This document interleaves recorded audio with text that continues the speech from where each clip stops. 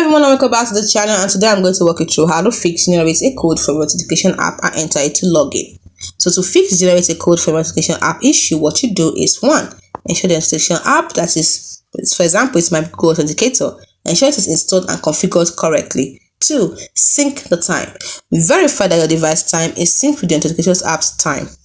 3. Check the code generation. Ensure the Authentication app is generating codes correctly. 4. Enter code correctly. Carefully enter the generated code to log in.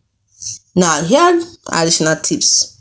If available, use backup codes to log in if the Authentication app isn't working. If issues persist, try resetting the Authentication app or reconfiguring it. And lastly, you can reach out to the service support team for further assistance if you're having trouble.